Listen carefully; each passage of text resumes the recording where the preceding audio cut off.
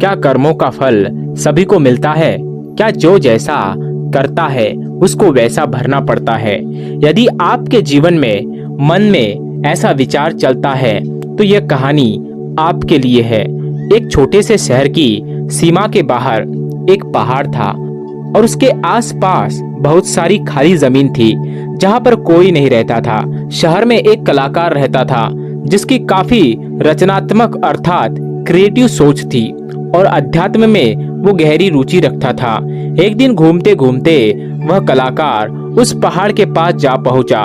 उसके मन में विचार आया, क्यों ना इन पहाड़ से गिरे हुए पत्थरों से कुछ देवी देवताओं की मूर्तियां बनाऊं। अब वह उस जगह पर रोज आने लगा और उसने पत्थरों को तराश कर सुंदर मूर्तियां बना डाली। मूर्तियां वाकई बहुत सुंदर थी।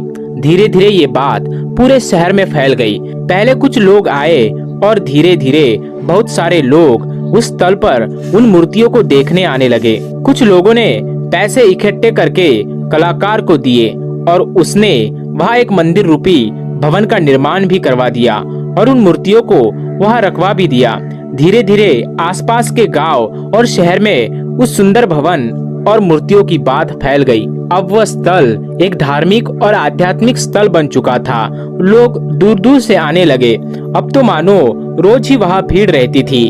श्रद्धालु लोगों ने मूर्तियों के आगे धन भी चढ़ाना शुरू कर दिया। दिन बीतते गए और धन से तिजोरियां भरती गई। उस स्थान की लोकप्रियता को देखते हुए अब लोग भी अपना अपना काम वहीं पर जमाने लगे। जैसे कि दुकानदारों ने दुकानें खोल दी, यहाँ तक कि बिल्डरों ने प्रॉपर्टी डेवलप करना शुरू कर दिया। कुछ वर्षों के बाद कारागिर जो उस भवन का मालिक था अचानक बीमार पड़ गया। डॉक्टरी जांच के बाद पता लगा उसे कोई भयानक और जानलेवा रोग हो गया है।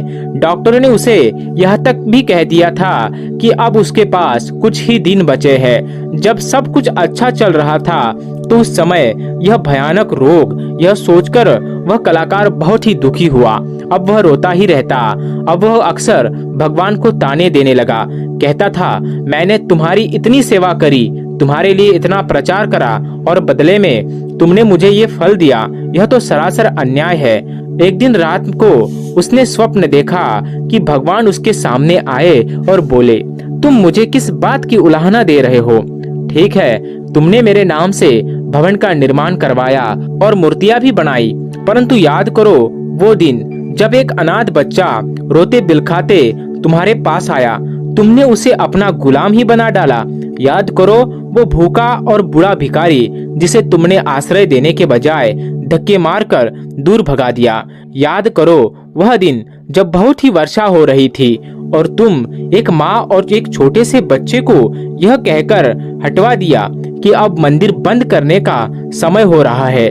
वह दोनों बहुत देर तक बारिश में ही भीगते रहे।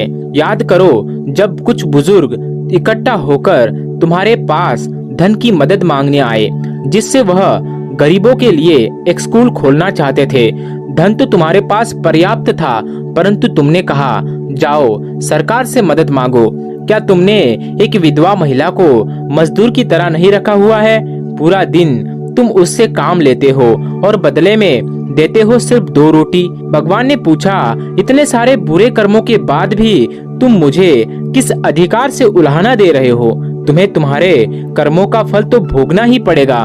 तुमने जो दुष्कर्म किए हैं उसका दंड भी तुम्हें अवश्य मिलेगा। बस इसी समय कलाकार की नींद खुल गई। अब उसकी आंखें भी खुल चुकी थी। अब वह अपने द्वारा किए गए बुरे कर्मों के लिए बहुत ही शर्मिंदा था। तो दोस्तों, इस कहानी से हमें यही सीख मिलती है कि हम जैसे भी करते हैं उसका फल हमें किसी ना किसी रूप में जरूर मिलता है। यह मनुष्य के अच्छे या बुरे कर्मों पर निर्भर करता है। ये कहावत भी आपने सुनी होगी, जैसा बोओगे वैसा ही काटोगे, जैसी करनी वैसी भरनी। दोस्तों, ये कहानी आपको अगर अच्छी लगी है तो एक लाइक जरूर कर देना। धन्यवाद।